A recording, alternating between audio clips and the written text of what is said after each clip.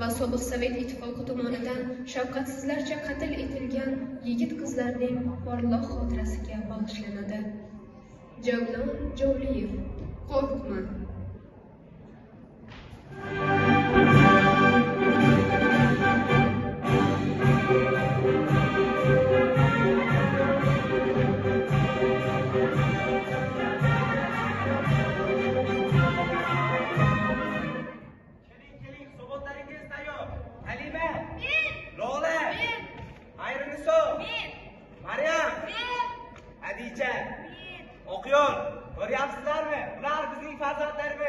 Turkistonimiz farzandlari ular o'qish uchun Olmoniyaga ketishmoqda.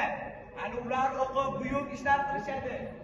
Bolalar, yo'llanmangizni oldingizmi? Oldik. Hali ular albatta ishonchingizni oqlashadi. Xo'sh, nega Olmoniya? Nega Yevropa davlatlari ichida ta'lim olish uchun aynan Olmoniya? Ayting, kim menga javob beradi? Nima uchun Olmoniya bilasizmi?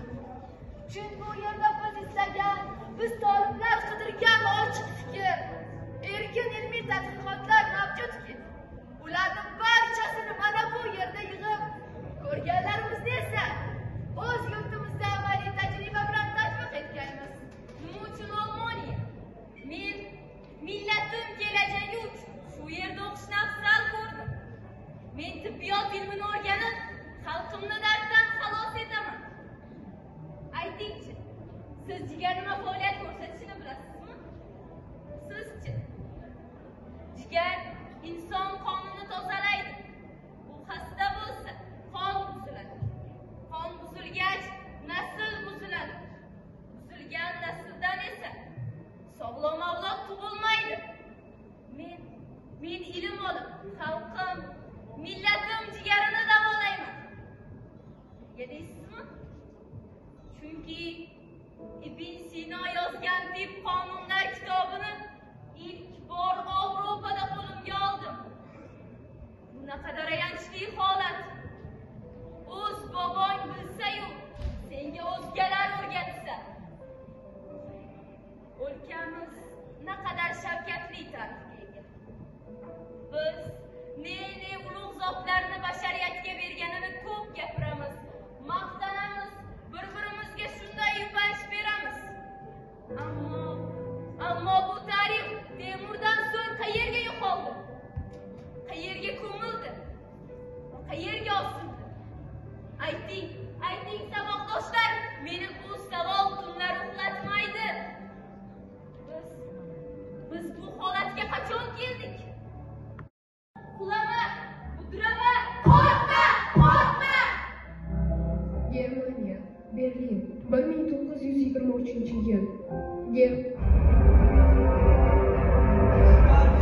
Stalin, Maksim Qulobiy so'zlar, barcha to'plansin. Salom, hurmatli talabalar. Men ulug' Sovet hukumat vakili.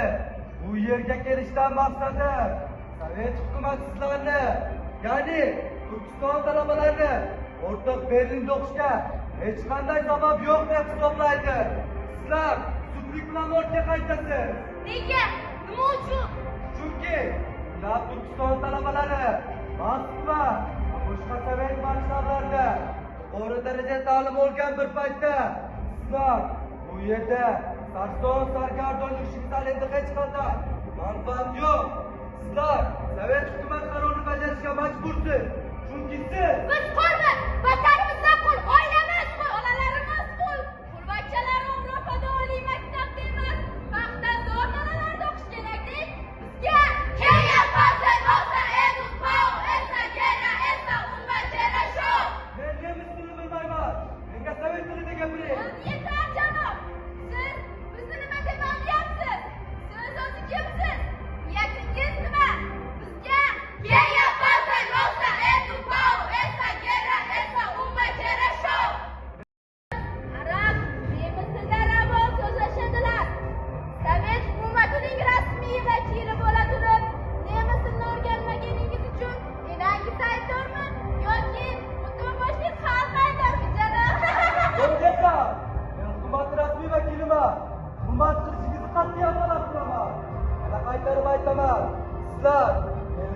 kapitalistik davlat ostiga tushib qolishingiz turgan gap. Agar ortga qaytmasangiz, hukumat sizlarga qat'iy chora qo'llaydi. Shu yerda qolib bilim olishni xohlaymiz. O'zi halol so'zi bilim toza jamiyat kerak. Siz gaplaringiz noto'g'ri. Nega sizning aytganingiz bo'lishi kerak? Bo'ldi bor. Bu sovet hukumat qarori. Agar kimda kim qarshi chiqsa, sovet hukumatiga qarshi chiqqan bo'ladi. Istamaymiz. Bo'ldi-ku. Ora qaysar qo'ylar. Minglab senlarga. Minglab. Uchsa qaraylik oning yo'liga, hidi kelsa mast bo'laylik handalakning bo'yiga, handalakning bo'yiga. Olmoniya kelishimizdan oldin bo'ynimizda o'limdan bo'lak hech qaytar chog'imiz ham shu o'lim bo'ynimizdan tushmagay. O'limdan qo'rqma, qo'rqma. Bir jonim ham omonatdir vatanimga. Tiriklar kerak millatga. Hali ular Olmoniyada o'qiyotgan talabalar qanday kuchga ega ekanligini. Turkiston yuragini sezsin.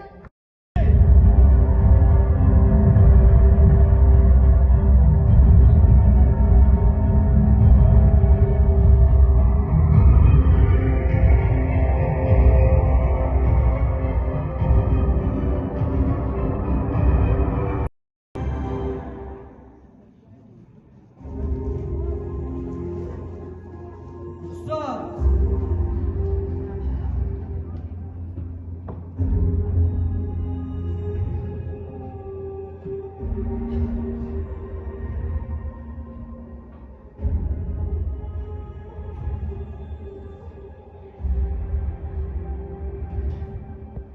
Olmoniyaga ketayotganingda yoshing nechida edi? 7da. Qiz bola bo'lishingga qaramay, o'qishga borishingga qo'ylamay, otang ruxsat bergan. To'g'rimi? Yo'q. Otamning aybi mening ko'nglimga qaragani. Farzand istagi deb o'z nomusini chetga surganimi? Yoki sovet otalariga Otang qo'chqar, o'z xavoshlar ishlari bilan aloqadalik. Seni josuslikka tanlash maqsadi. Erkinga o'qishga jo'natdi. Lekin o'ylaganday bo'lmadi. O'zbekiston SSSR Jinoyat kodeksining 57-moddasi 1-bandi vatanga xiyonat, davlat sirlarini sotish, 58-chi qurolli qo'zg'olonga harakat, 64-chi sovet davlatiga qarshi terakt, 38-chi aks inqilobiy tashkilotga a'zo bo'lish kabi og'ir jinoyatlar bilan ayblanasa. yo'q. Ularning barchasi suhbat.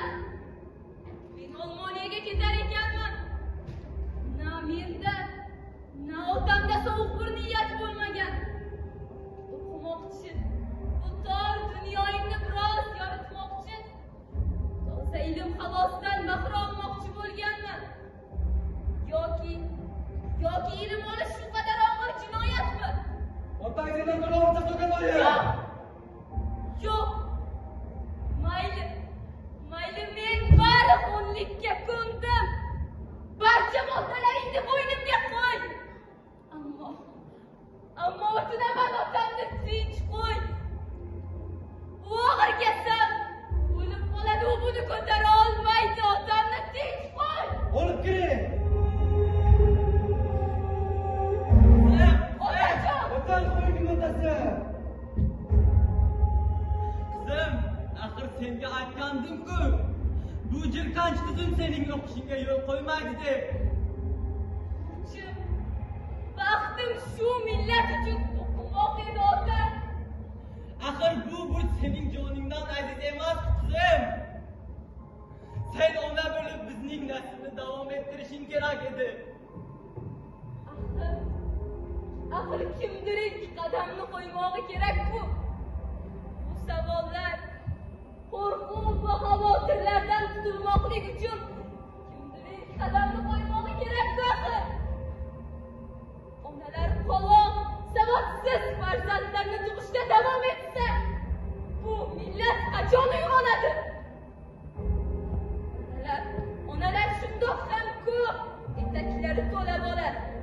Men ilm, ma'rifat yo'li bilan ularning farzandini to'plamoqchi edim. Ammo So'nggi so'z, so'nggi nafas. bezovta qilaman. Saratonda qor yoqqanda shu tunda. Qo'rqoqlarni tug'moqlik onalik emas. Mardlarning onasi onadir faqat.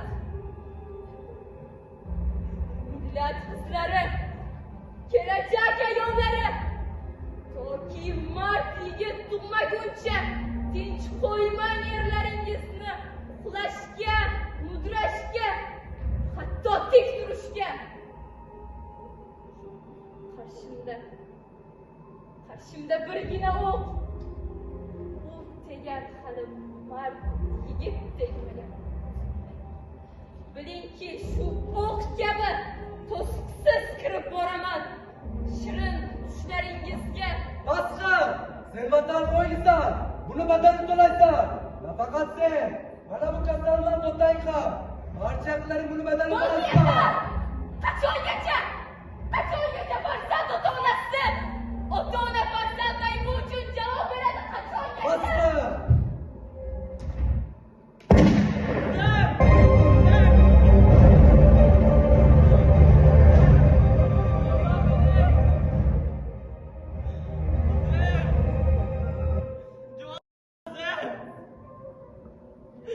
Bu qanday rezillik axir?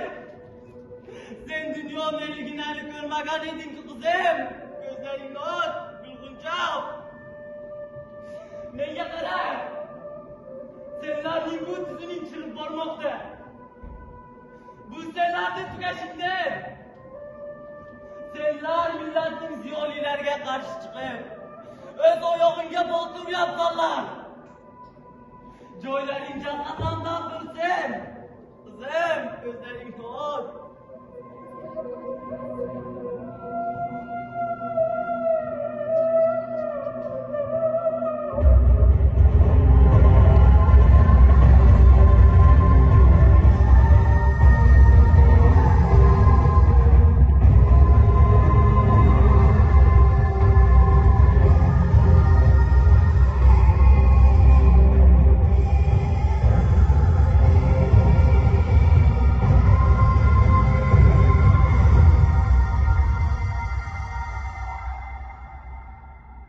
Внимание! Говорит Москва. Жители Туркестана поехали в Германию под предлогом учиться. Вели дела с врагами нашего государства. Планировали устроить восстание против нашего правительства, народа, нации. 70 виновных студентов были казнены решением Верховного Совета СССР.